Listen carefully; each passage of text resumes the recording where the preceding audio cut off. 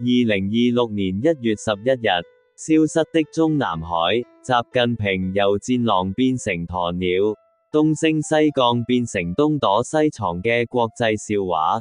大家好，我係易經人。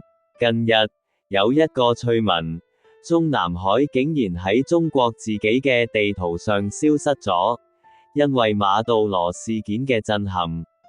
估唔到習近平嘅驚恐程度，可能已經到咗接近精神崩潰。1月5日開始，好多用戶發現，喺中國嘅地圖搜尋系統包括高德地圖、百度地圖、騰訊地圖入面，輸入中南海3個字已經無法獲得直接嘅精準定位。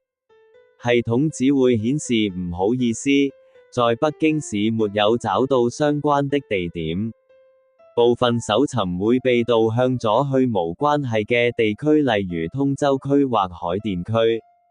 更可笑嘅係，與此同時，國際版嘅 Google Maps 依然可以清楚、準確咁定位到中南海嘅地理位置，由此引發廣泛討論。有觀點認為，呢個同美軍近期喺委內瑞拉展現嘅強勢軍事行動有關。報導指出，習近平可能因為擔心斬首行動等針對獨裁者嘅威脅，而進一步提升咗最高權力嘅資訊隱蔽等級。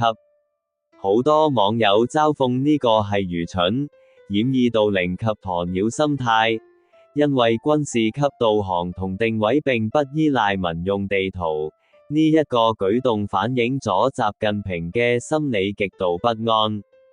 究竟習近平呢隻小學雞有幾驚呢？真估唔到習近平嘅愚蠢會去到呢個地步。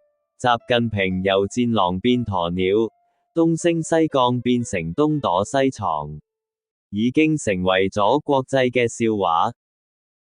今次分享到呢度，我係易經人，多謝大家。